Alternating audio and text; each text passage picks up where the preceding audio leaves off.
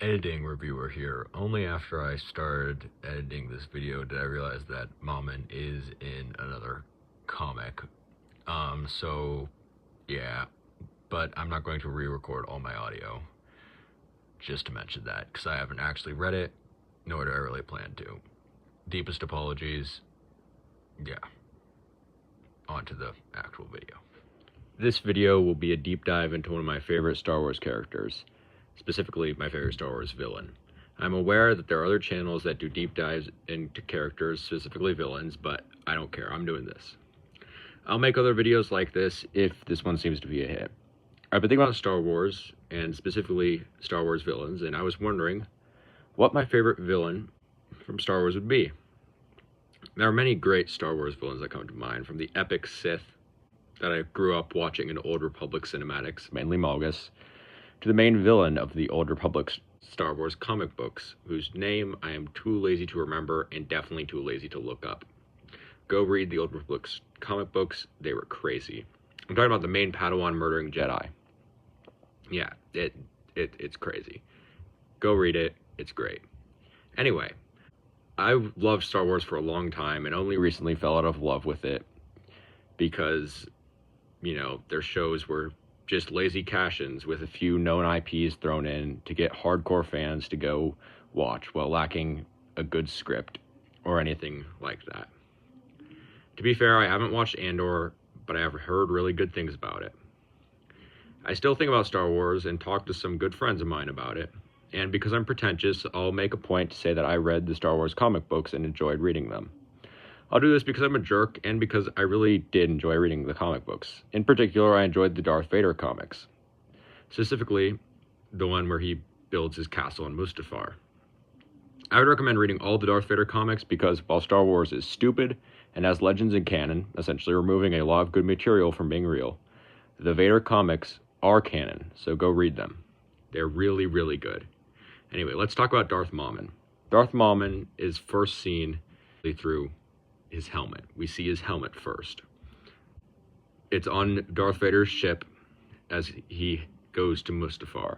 It's a very mysterious artifact, and we additionally don't know much about Darth Momin. Darth Momin is not related in any way to Darth Maul, Darth Malgus, Darth Malak, Darth Mauler, Darth Malady, Darth Millennial, Darth Mekis, Darth Mortis, Darth Minix, or Darth Barca.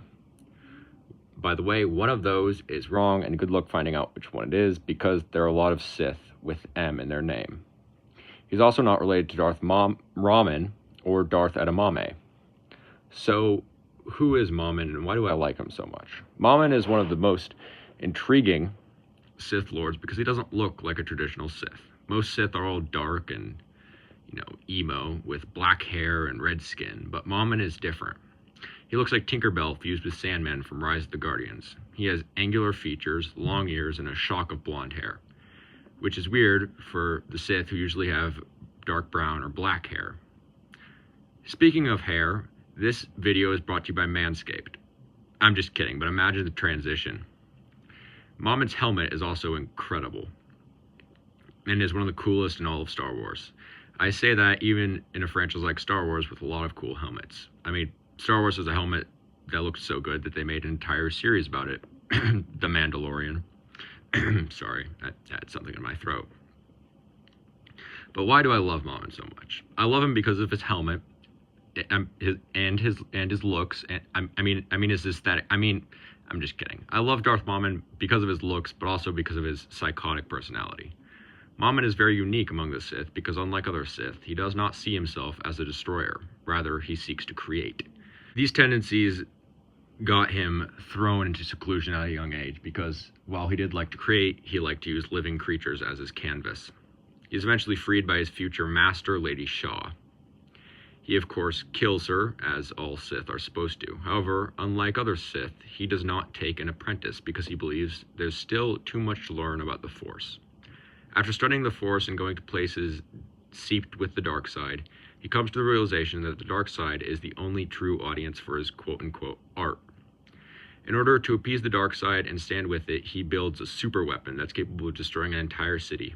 But in the moment before the city is reduced to ash, As the people are there in terror and fear, he would use the Force to freeze time in the city, essentially creating an eternal monument of pain and suffering to the dark side. This is metal as hell, and I love it. And as a side note, Darth Momin is very strong with the Force, so much so that he actually gets Darth Vader to remove his helmet and place the helmet of Darth Momin onto his head.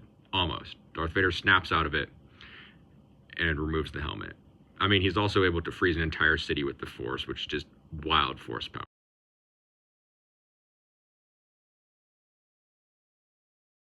However, he is killed by the Jedi before he can do this, and he is disintegrated by the backlash from the super weapon.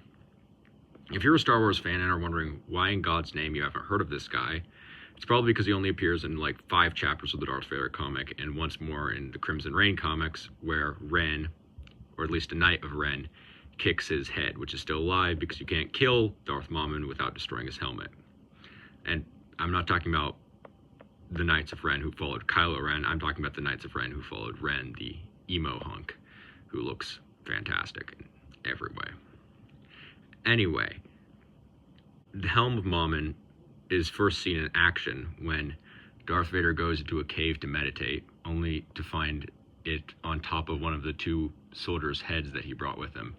And that soldier had killed the other soldier and taken plans for Vader's castle and altered them to much better plans. So Vader, realizing that he is a architect, asks him to design this castle for him, and he wants the ability to open up something called a Force Locus in this castle. Essentially a place for Vader to hone his abilities and tap into a greater Force power. After many failed attempts, Darth Momin eventually succeeds, and Vader is about to open this gateway to this Force Locus, but he is stopped because the people of Mustafar attack. It looks really cool. Go read the comic. And while Vader is trying to fend off this attack, the people of Mustafar send a massive wave of lava at the castle, essentially. Vader has to save the castle. However, while this is happening, Momin uses the Force Locus, or at least the person he's possessing, uses the Force Locus, and out of the Force Locus walks a physical form of Darth Momin. It's pretty epic. He uses the Force to resurrect himself. And after doing this, Vader comes back all tattered and, beaten up for having just, been through lava, and Momin is there. Vader attacks Momin for betraying him, and Momin starts taunting Vader, essentially saying he is unworthy of the dark side of the Force, and he does not understand that he is meant to serve the dark side, not force it to serve him. He even says that if Darth Vader was truly strong in the Force, Padme would still be alive, which is truly a wild thing to say. And yeah, he does not go well for him. Darth Vader slams an entire stone monolith into him and kills him. I mean, not kills him because his helmet's not destroyed, so he's technically still alive. After that, Vader goes into the Force Locus, and you just gotta read the comic. It looks crazy. He eventually destroys the Force Locus, and that's the end of it. Whether Momin will appear again in the comics, I don't know. He could, because again, his helmet is still not destroyed, and technically he can still live with it as long as his helmet is intact. I'll make more deep dives about comic book characters and stuff from Star Wars and anime. I'm not going to make deep dives about villains from movies because there are already channels that do that. I might not even make deep dive villain videos if this one is not a hit. I have some things in the works, mainly movie reviews, but YouTube's policies when it comes to copyright are very strict. Oh, and for those who were wondering which Sith was wrong, it was Darth Marka. Marka Ragno is the name of a Sith Lord who was one of the first Sith, so he did not have the title of Darth. It's a trick question because technically it's still the correct person, just without the title of Darth. If you like this content, please leave a like and sub. This is my first video and it would mean a lot. Thank you and have a great day.